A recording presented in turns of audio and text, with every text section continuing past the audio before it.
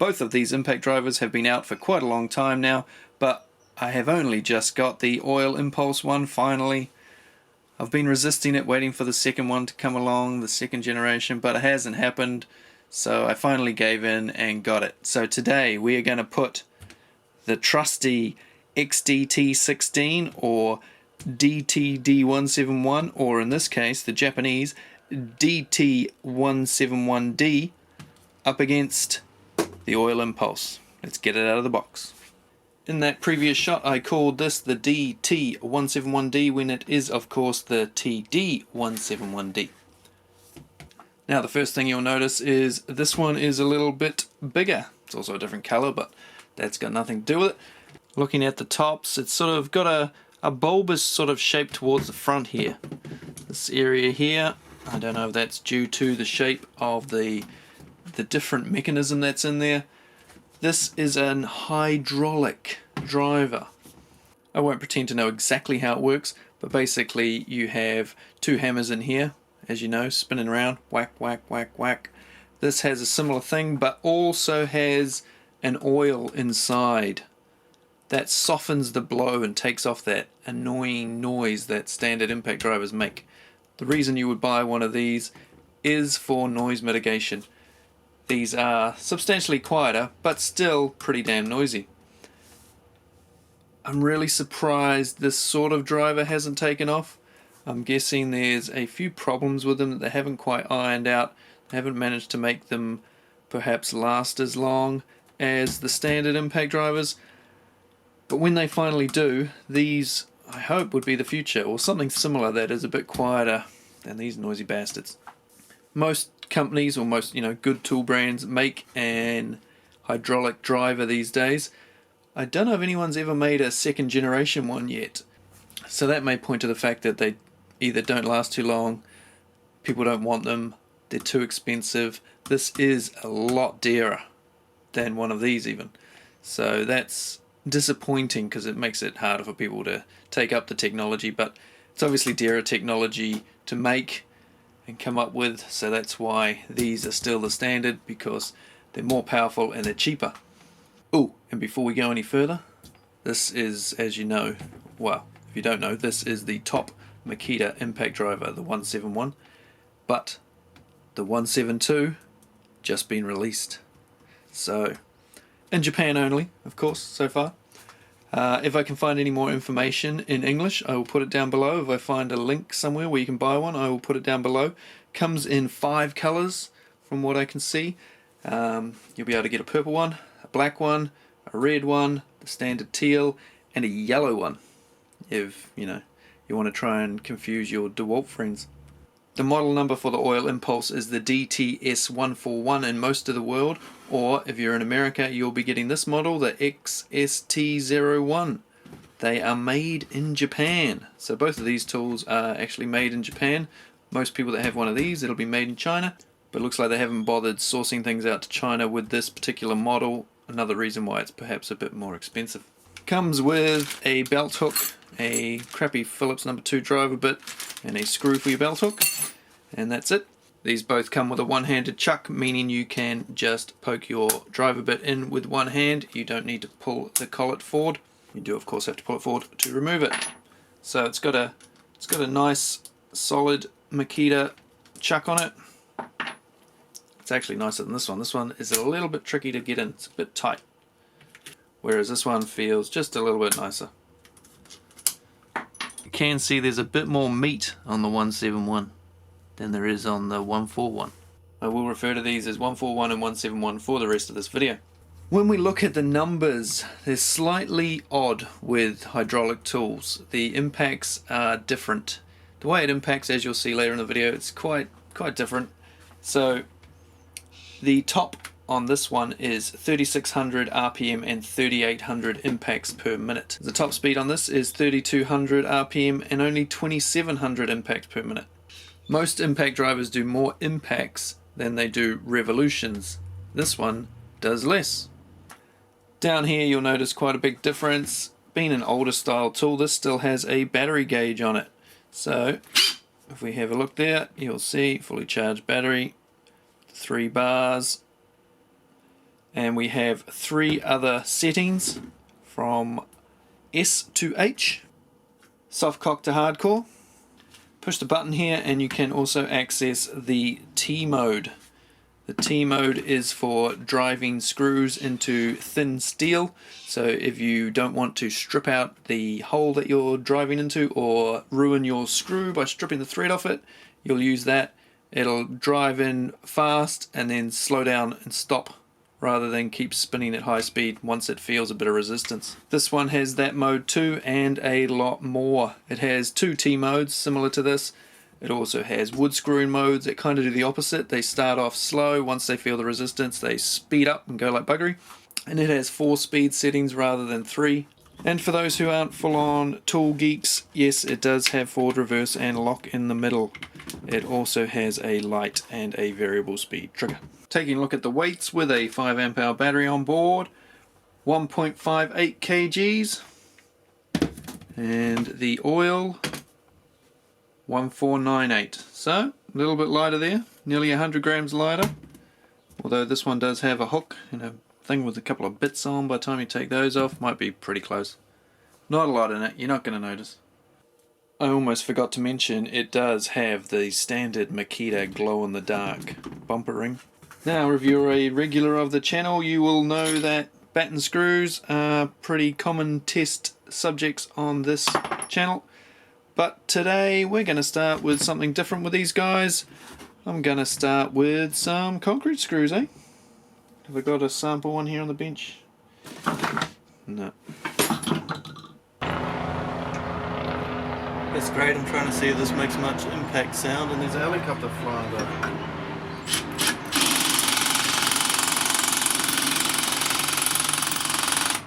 So that is on the lowest setting. Let's ramp it up to the middle setting.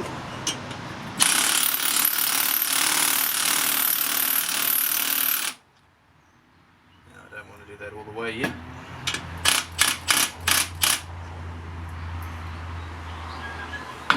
Sounded a little bit quieter, I think. We'll do the next one with the real impact.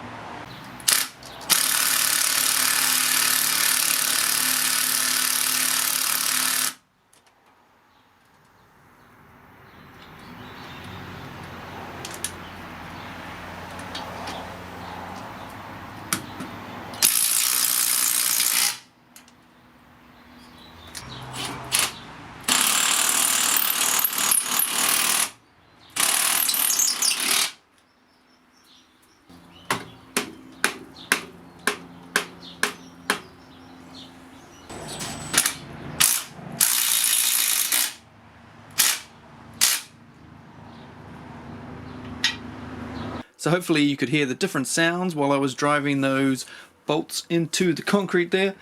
Now, next up we are going to do batten screws, and we're going to test the sound while we're doing it. We're going to see how many decibels each one of these throws out. How much quieter is this over this? I'll drive 3 batten screws each. I'll set up my phone with the Makita app with the decibel reader on it, and we will see which one's loudest. For this test though, I really need to wait until it's night time. That way the wildlife will have settled down and shut up, the traffic will have died down. I find midnight is a pretty good time to use an impact driver. I like to get the neighbours thinking, what the fuck? So a few hours have passed and I'm back down in the workshop. I've been in the tub for the last couple of hours, so if I sound a little relaxed, that's why. May have had a couple of refreshments while I was out there. If you haven't seen my tub build, like where have you been, man? Have a look at the channel. I'm sure you'll find it somewhere. It looks a bit like this. Anywho, it's not quite as late as I wanted it to be. What are we looking at here? About 20 past 10. It's a Saturday night, so there's still a bit of traffic around, but at least the wildlife has shut up. So there may be some fireworks being that it's a Saturday night, and Luna Rossa have just made it into the Prada Cup final today, so that may extend the traffic and the noise a little bit. If you don't know what I'm talking about, the Prada Cup is the preliminary event. Whoever wins the Prada Cup takes on New Zealand in the America's Cup final, and that is currently being held here in Auckland. In this test, we're going to drive 3 screws, 3 batten screws with each of these drivers. Keep an eye on that meter in the back. Can you see it? That's the decibel reading happening live as we talk. This is Makita app on my phone, and anyone can download that. I'll put a link to that down in the description if you want to have a look. Check that out. It's not the greatest thing in the world, but I do use this particular function, but the other ones not so much.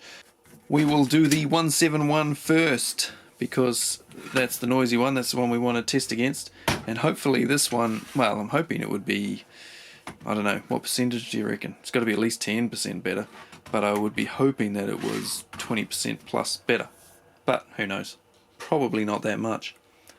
Anyway, let's do it. As well as a test for decibels, this will be a speed test as well. So we're going to drive 3 stainless steel 14 gauge batten screws with each driver. As you can see, there is no pre-drilled pilot holes. We're going to put each driver on its maximum setting. By maximum, this will be on number 4, and this will be on H for hardcore. Do you want more? The distance from the screws to the decibel meter is 500 millimeters, half a meter, or well, almost 2 feet. Place your bets now. What do you think we're going to get up to? Looking at the meter now, I can see that when I hammered in those screws, it got to 74. I'll clear that in a moment. I'm guessing these are going to be in the 90s. Maybe this one might crack 100. Place your bets in the description. Place your bets in the description. Place your bets in the comments now. Okay, we are locked and loaded, ready to go. 3, 2, 1.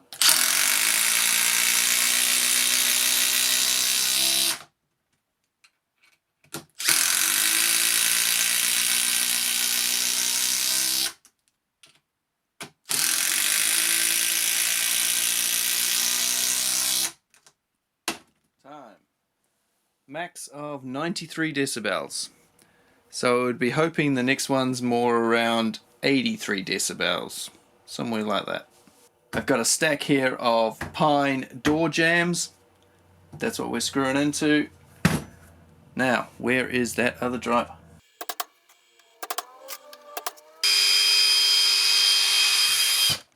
Actually, that's an interesting test right there.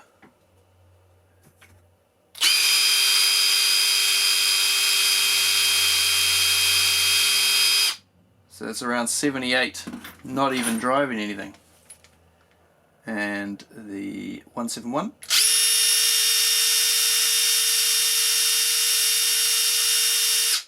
Around the same, 79. As you can tell, very different noise, higher pitched on this 171.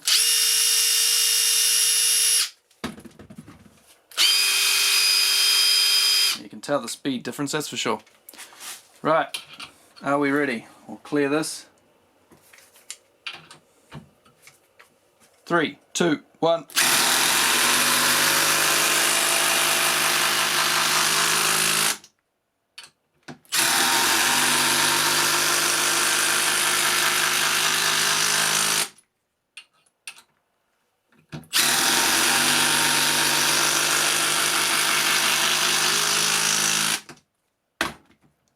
Less vibration, I'd say. So we got a peak there of 87, so that's 6 decibels less. I suppose a quick amateur explanation of decibels will help to show that 6 decibels is actually a lot more than it sounds. Decibels work in a weird way. I guess the easiest way, it goes up in like power of 10. So if you started with 10 decibels, 20 decibels isn't twice as much, it's 10 times as much. And then so if you went up another 10 decibels to 30 decibels, you're looking at 100 times as much. And so on and so forth. 40 decibels is 1,000 times more than 10, because it goes up 10 times the one before, which was 100, 10 times the one before, which was 10. So 40 decibels, 1,000 times louder than 10 decibels. So I don't understand exactly how it works, but a 6 decibel rise would mean you could basically use this, I think, about 4 times longer than you could the other one. with the same amount of hearing protection or no hearing protection. So if the other one was an hour, this one you could use for 4 hours and have the same effect on your hearing. Something like that. I'm sure somebody will correct me, somebody with more knowledge. Look down in the comments, somebody might have explained it a bit better. But apart from just the decibels, you can feel the difference. This, as it's going in, is much smoother feeling. This is bang, bang, bang, of course. They feel like smaller bangs, more incremental little bangs.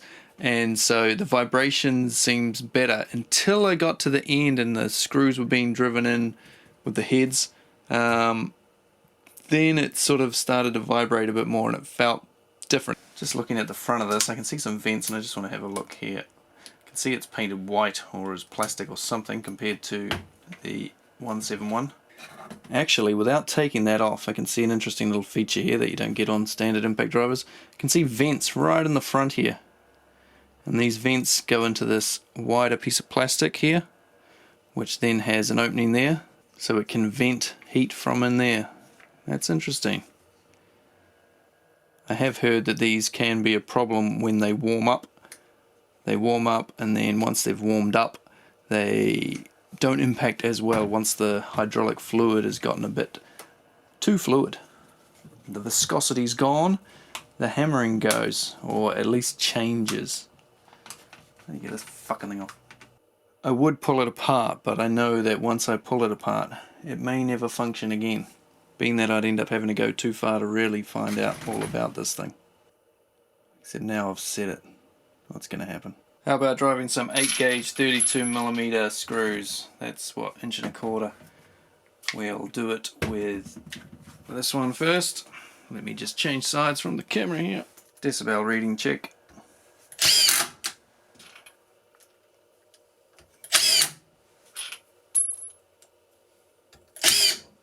Look how quick you can put these in. Got to take my finger off the trigger almost as soon as I pull it, just so that I don't sink it too deep like that one just went. Let's see how deep these go. Just keeps on going. So we've got an 82 there, but I think that was a bit mean because that was that last one really, wasn't it? Let's clear that again. I'm sorry, I didn't really see what happened. That one went a bit deep too. So we're in the 70s doing the little screws. Haven't got any hearing protection on. Let's try this one. Oh wow. The sound, I mean, I'm not sure what that just read. Geez, if you wanted to. Very quiet.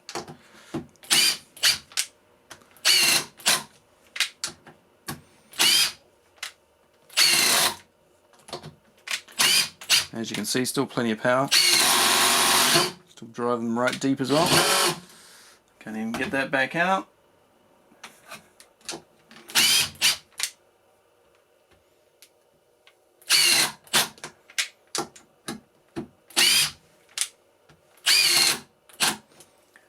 So maybe up to about 10 decibels less just driving those little screws as well. Feels quite nice. I'm liking it. Might have to get me one of these. Oh wait. Now, in case you're new to this channel and you don't know how things work, I buy all these Makita tools. Makita have never ever given me a tool or paid me to do a review or anything like that. This is just me. I like playing with tools and I like buying tools and I like reviewing tools, and that's why we're here. I have an array of different screws here and we're just going to try them on a few different settings, see how it feels, see how it sounds, that sort of thing. Lowest setting. Goes in easy. Feels kind of weird. If you'd never used one of these before, you would probably think something was wrong with it if you had only ever used a drill. Once we get to that size screw, it needs to go up a level. A bit painful, so we'll work it up into the second speed.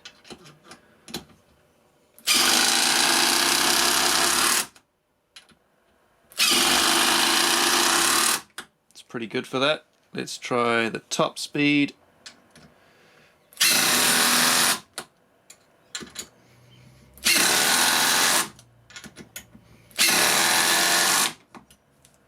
It's a nice little impact driver. Right, time for some self-drilling techies in T mode. This is 2mm thick steel.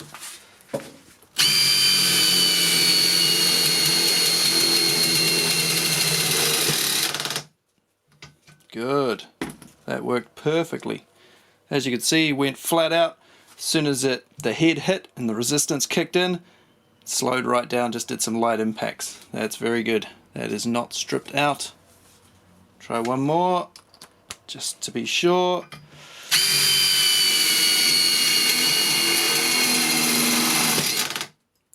Perfect. That's actually the best T mode I have used so far. It's better than the one on the 171, I think. It's a good little impact driver. I'm really liking it. What else is left to say?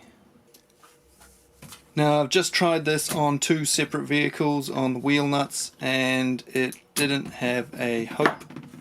It's not surprising when you read that this has 40 Newton meters of fastening torque, whereas this has 180. It's kind of like, huh?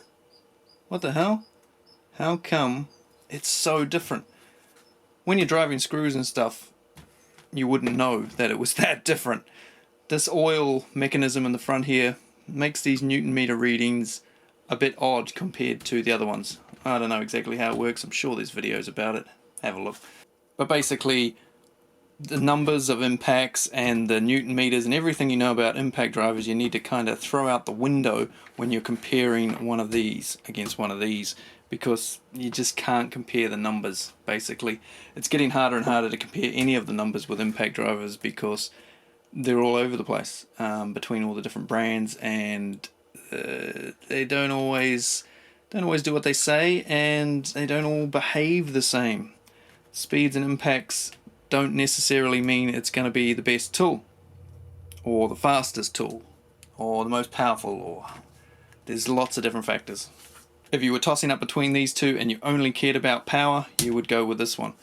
If you work in certain industries, say you are doing repairs in rest homes, hospitals, you work in ducting, you work anywhere in a confined space, then this is going to be much nicer to use than this. I've been using this now, and I don't use earmuffs with it. It's great when you're putting in small screws and stuff, not a problem at all. No earmuffs needed, even with batten screws. Into wet timber, certainly no need for ear protection. It's great. I've been using it and not having to use earmuffs, and in the hot summer we're having, that's quite nice. So this one, on the other hand, I always grab my earmuffs as soon as before I pick this up. Earmuffs go on. I'm going to do a comparison of all the different impact drivers I have and see how noisy, see who's the noisiest. This is quite a noisy beast. This one is now quite nice, and it'll probably be my go-to impact driver, certainly in the meanwhile, until 172. Whoa. Thanks for watching, guys. I hope that helped make an informed decision. If you were going to buy one of these 2 impact drivers, just remember this one is a lot more expensive, and longevity wise I would probably go for that one personally. But if you want something a bit quieter, a bit nicer, a little less vibraty, then that's a bit more refined in the sound and vibration department. So thanks for watching, and I'll see you on another Makita review soon. Subscribe now, quick, if you like Makita stuff, because I do heaps of Makita reviews. We've got another couple. We've got a real good one coming up shortly. Nice new one. Yeah. Do it. See ya.